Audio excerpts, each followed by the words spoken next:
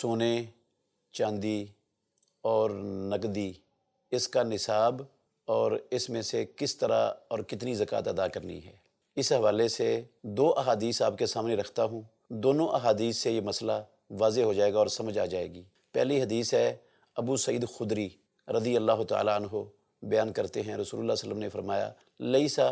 فیما دونا خمس اواقن صدقہ، 5 اوقیوں سے کم اگر چاندی ہو تو اس میں زکوٰۃ نہیں ہے۔ 1 اوقیہ 40 درہم کا ہوتا تھا، تو یہ 5 اوقیے 200 درہم بنتے ہیں، تو چاندی کا نصاب اس حدیث سے معلوم ہوا 200 درہم ہے۔ حضرت علی رضی اللہ عنہ سے مروی حدیث ہے، سنن ابو داود کتاب الزکوٰۃ میں فرماتے ہیں کہ رسول اللہ صلی اللہ علیہ وسلم نے فرمایا جب تیرے پاس 200 درہم چاندی کے ہوں اور ان پر سال گزر جائے تو ان میں سے 5 درہم زکوٰۃ ادا کی جائے گی، اور آپ پر سونے میں کوئی زکوٰۃ نہیں ہے حتیٰ کہ وہ 20 دینار بن جائیں۔ تو جب 20 دینار سونا تیرے پاس پہنچ جائے گا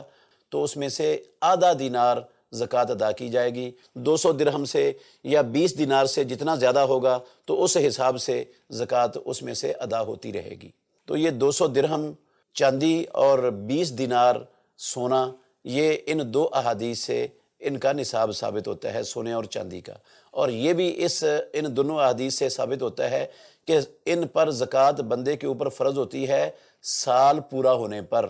وَحَالَ عَلَيْهَا الْحَوْلُ رسول اللہ صلی اللہ علیہ وسلم نے کہا ہے۔ تو سال پورا ہو جائے اور یہ دونوں دھاتیں نصاب کو پہنچ جائیں تو پھر زکوٰۃ فرض ہے۔ اب 200 درہم چاندی اور 20 دینار سونا، اس کا موجودہ اوزان کے حساب سے کتنا وزن بنتا ہے، اس میں اہل علم کا شدید اختلاف ہے۔ اختلاف کی وجہ یہ ہے کہ یہ درہم اور دینار، اس کا وزن علماء نکالتے ہیں جو کو مد نظر رکھ کر، جو کے دانوں کے حساب سے۔ تو اس وجہ سے نا وہ اختلاف ہو گیا ہے موجودہ اوزان کے اعتبار سے۔ عام جو بر صغیر پاک و ہند میں مشہور ہے، وہ کہتے ہیں 200 درہم کا وزن ہے 52.5 تولے چاندی، اور 20 دینار کا وزن ہے 7.5 تولے سونا۔ جبکہ سعودی عرب کے جید علماء دین میں سے ایک بزرگ گزرے ہیں، مسجد نبوی میں درس دیتے تھے، ابو بکر جابر الجزائری رحمہ اللہ۔ انہوں نے بھی اپنی کتاب الجمل فی الزکوٰۃ میں لکھا ہے، اور ڈاکٹر عبداللہ طیار ہیں قصیم کے رہنے والے، انہوں نے بھی اپنی کتاب کے اندر لکھا ہے کہ جو 200 درہم ہے ان کا وزن بنتا ہے 460 گرام، اور یہ 460 گرام بنتے ہیں 40 تولے، 52.5 کی بجائے 40 تولے بنتے ہیں۔ اور 20 دینار کا وزن بنتا ہے 70 گرام، اور یہ وزن بنتا ہے تولوں کے حساب سے 6 تولے، 7.5 کی بجائے 6 تولے۔ تو چونکہ یہ علماء کا اختلاف ہے، اور یہ جو کم مقدار ہے اس میں تو اختلاف ہے ہی نہیں، یہ تو یقینی بات ہے۔ اوپر والے میں اختلاف ہے، کچھ اس کو قرار دیتے ہیں نصاب کا حصہ، کچھ قرار نہیں دیتے، جبکہ اتنے کو سب کے سب نصاب مانتے ہیں۔ تو جب 6 تولے سونا اور 40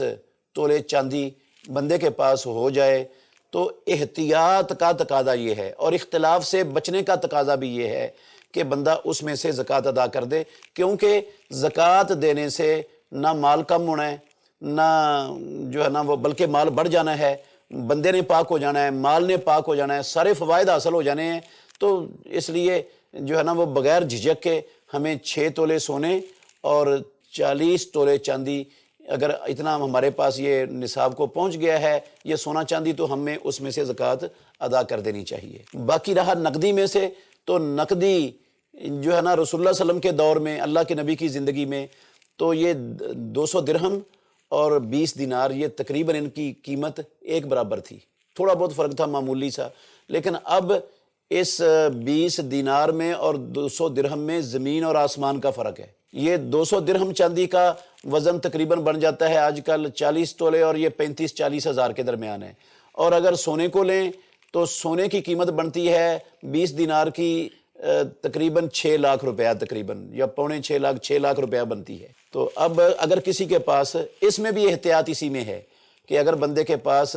اتنی نقدی، اتنے روپے پیسے سال بھر پڑے رہے ہیں جو چاندی کے نصاب کو پہنچتے ہیں، یہ 40,000 روپے تک اگر بندے کے پاس پیسے پڑے رہے ہیں، تو اس میں سے اس کو 40واں حصہ اللہ کی راہ میں زکوٰۃ ادا کر دینی چاہیے۔ 40,000 میں سے 1,000 روپیہ زکوٰۃ ہوگی۔ اور اگر کوئی بندہ یہ کہتا ہے کہ میں تب زکوٰۃ دوں گا اپنے روپوں اور پیسوں پر، اپنی نقدی پر، جب وہ سونے کے نصاب کے برابر ہو جائیں گے، 6 لاکھ ہوں گے تو پھر دوں گا، پہلے نہیں دوں گا، تو ہم اس کو منکر زکوٰۃ نہیں کہہ سکتے، اس کو گناہ گار اور مجرم نہیں کہہ سکتے۔ بہرحال اس کو یہ بھی حق ہے کہ وہ سونے کو نصاب بنا کر نقدی کے لیے پھر زکوٰۃ دے دے، اور اگر وہ چاندی کو نصاب بنا کر زکوٰۃ دیتا ہے تو اس کا زیادہ فائدہ ہے، اس کو بھی فائدہ ہے، معاشرے کے مستحق لوگوں کو بھی فائدہ ہے، اللہ کے دین کو بھی فائدہ ہے، نقصان کوئی نہیں ہے۔ آخر دعوانا الحمدللہ رب العالمین۔